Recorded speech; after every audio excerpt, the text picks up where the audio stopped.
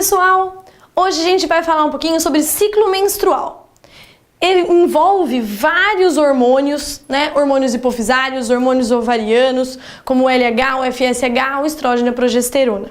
Você sabe me explicar como que acontece a interação desses hormônios? Como que se dá o feedback entre essas glândulas? Então, vem com a gente que a gente explica mais.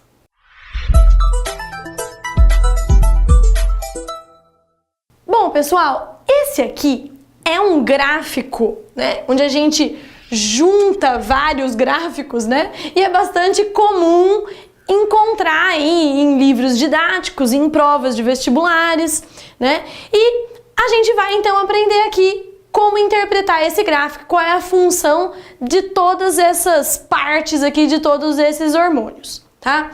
Aqui em cima, normalmente vem pra gente o desenvolvimento do folículo ovariano. Que é o folículo ovariano? O folículo ovariano é a proteção que existe no interior do nosso ovário para os nossos ovócitos que estão estocados. Então, um conjunto de células que protege os nossos ovócitos. Então, como a gente sabe, né, as mulheres nascem já com parte dos seus gametas desenvolvidos, né? Então, enquanto o homem tem a produção dos seus gametas diariamente, a mulher já nasce com um estoque. E ele está parcialmente desenvolvido porque, como envolve a meiose, né, meiose 1 e 2, durante o nosso período gestacional, o período gestacional das mulheres, quando nós estamos lá na barriga da nossa mãe, nós iniciamos a meiose 1, né? A gente inicia a produção dos nossos óvulos, só que essa meiose ela para por aí e só dá continuidade depois da nossa puberdade, depois da nossa primeira menstruação, que é chamada de menarca. E assim, a cada ciclo menstrual, mais ou menos uma vez por mês, um desses ovócitos vai terminar a meiose 1, entrar em meiose 2 e ser ovulado. Então a gente vai falar bastante a palavra ovular, ser ovulado, né? Que remete ao gameta feminino, que é o óvulo. Porém, nós não eliminamos o óvulo de dentro dos nossos ovários. Nós eliminamos um ovócito secundário, que é essa célula parada na metade da meiose 2. Essa meiose, ela só vai se completar caso esse ovócito encontre um espermatozoide. Aí, se a fecundação acontecer, aí essa meiose termina, a gente tem a formação do óvulo e logo em seguida a formação de um zigoto. Então aqui em cima a gente vê o desenvolvimento dessas células que protegem esses ovócitos primários no interior do nosso ovário e o desenvolvimento deste ovócito com a continuidade da meiose 1 no seu interior, né? Para que a gente tenha o crescimento desse folículo e o desenvolvimento do ovócito, a gente precisa de uma estimulação. O início do nosso ciclo menstrual é marcado pela maior concentração de FSH no nosso sangue. Como o próprio nome diz, é o hormônio folículo estimulante, né? O hormônio folículo estimulante é eliminado pela hipófise anterior, né? E vai agir lá nos nossos ovários, induzindo o desenvolvimento dos folículos. Essas células foliculares, além de proteger os ovócitos, também fazem produção hormonal. A produção hormonal das nossas gônadas é feita por essas células foliculares. E aí, conforme ela vai se desenvolvendo, aumenta na nossa corrente sanguínea a concentração do hormônio estrógeno. O estrógeno, ele vai principalmente estimular o desenvolvimento da camada interna do nosso útero, que se chama endométrio.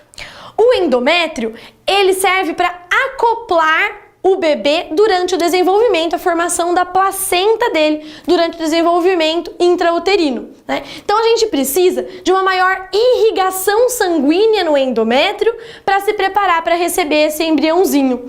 E o estrógeno, ele faz exatamente isso. Ele vai mandar lá um sinal para o nosso útero para que a gente tenha a proliferação da camada que nós chamamos de camada funcional do nosso endométrio. E aí a irrigação sanguínea vai ficar mais intensa no interior do útero, lá no endométrio. Com Conforme o estrógeno vai aumentando na nossa corrente sanguínea, a gente também sabe que o nosso endométrio está se desenvolvendo. Então, este aumento de estrógeno manda um sinal lá para a nossa hipófise, e a hipófise passa a secretar maior quantidade de LH, que se chama hormônio luteinizante. Lembrando que essas siglas são em inglês, então é sempre ao contrário, tá?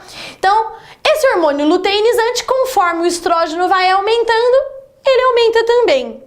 Chega num momento aqui, e esse momento ele acontece no meio do nosso ciclo menstrual, que o LH atinge um pico e a gente tem a liberação do ovócito de dentro do folículo. Tá? Então esse ovócito secundário vai para o interior das nossas tubas uterinas e é isso que a gente vai chamar de ovulação.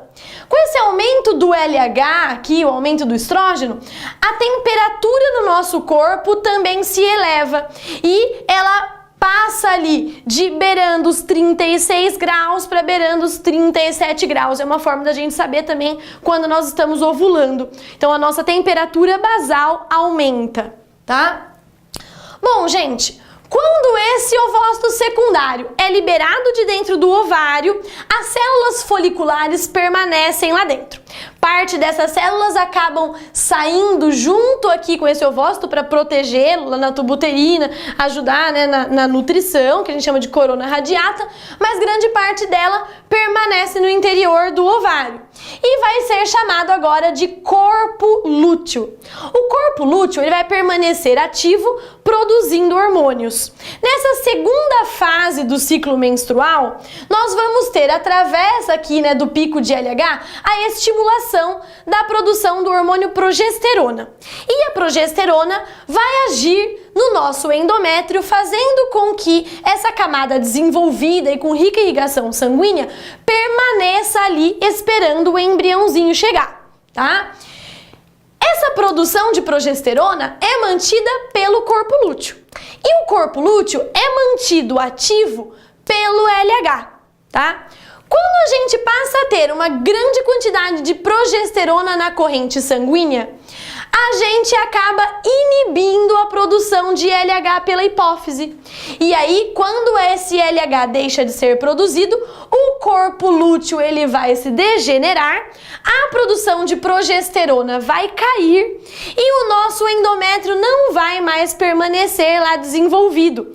Aí, a nossa menstruação acontece. E essa camada que foi desenvolvida ao longo do ciclo, que nós chamamos de camada funcional, ela vai descamar e o sangramento vai acontecer, sendo eliminado pelo canal vaginal, né, a menstruação, tá? O ciclo menstrual, ele dura uma média de 28 dias. Cada mulher tem um ciclo menstrual de um período específico, mas a maior parte, a média desse ciclo menstrual é de 28 dias. Portanto, a ovulação, como ocorre no meio do ciclo, vai acontecer no 14º dia. O primeiro dia do ciclo vai ser marcado por um aumento de FSH, que vai poder acontecer porque a gente teve queda de progesterona no final do ciclo anterior, né? E também vai ser marcado pela primeira gotinha de sangue menstrual. Então, a primeira gota de sangue menstrual que desce pelo canal vaginal marca o primeiro dia do ciclo. E aí depois, a regeneração do endométrio vai acontecer ao longo do próximo ciclo, né? E provavelmente vai terminar lá se reiniciando, terminando com a menstruação vindo, tá? E esta primeira fase, a gente tem que guardar que é marcada pelo aumento do estrógeno e o desenvolvimento do endométrio. Nós chamamos de fase folicular, tá? Onde a gente tem o folículo ali agindo no interior dos nossos ovários. E a segunda fase do ciclo é marcada por um aumento da progesterona, que faz com que o endométrio permaneça desenvolvido esperando o bebê, que nós chamamos de fase lútea, tá?